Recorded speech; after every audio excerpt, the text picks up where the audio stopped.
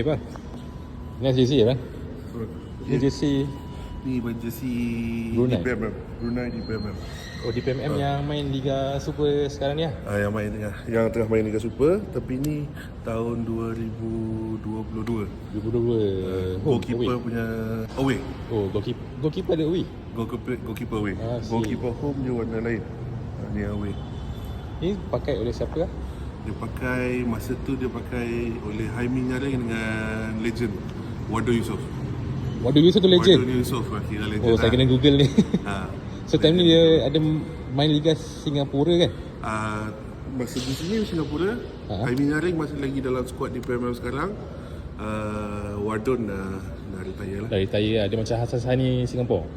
Lebih kurang batch dia orang lah. Time ni dia menang apa-apa kat Singapura?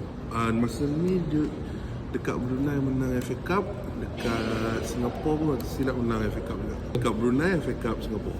So just nak tanya sebab saya Malaysia saya Malaysia, kenapa Brunei DPMM tak perform dekat Liga Super ke not yet?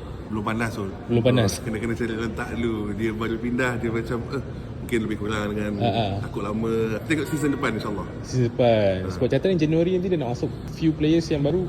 Itu memang apa kata orang, firefighting dulu. Nanti kita tengok macam mana kita. So at least dalam this season you rasa Brunei nombor berapa? Yang penting jangan relegate. Yang penting jangan relegate dulu. Jangan bawah 10 ke. I see.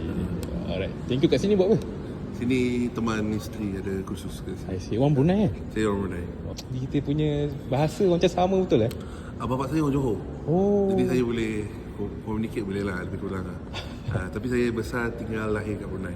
I see. Okay. Thank you. Terima kasih. Kalau ada game nanti lawan sebab saya tim KL boleh jumpa nanti. Okey, tapi saya kasihan lah kita orang. Jangan gol sebanyak sangat. Sebab lawan jeliti tu hari tu 10 orang. Betul tak? Betul. Awal-awal kena merah.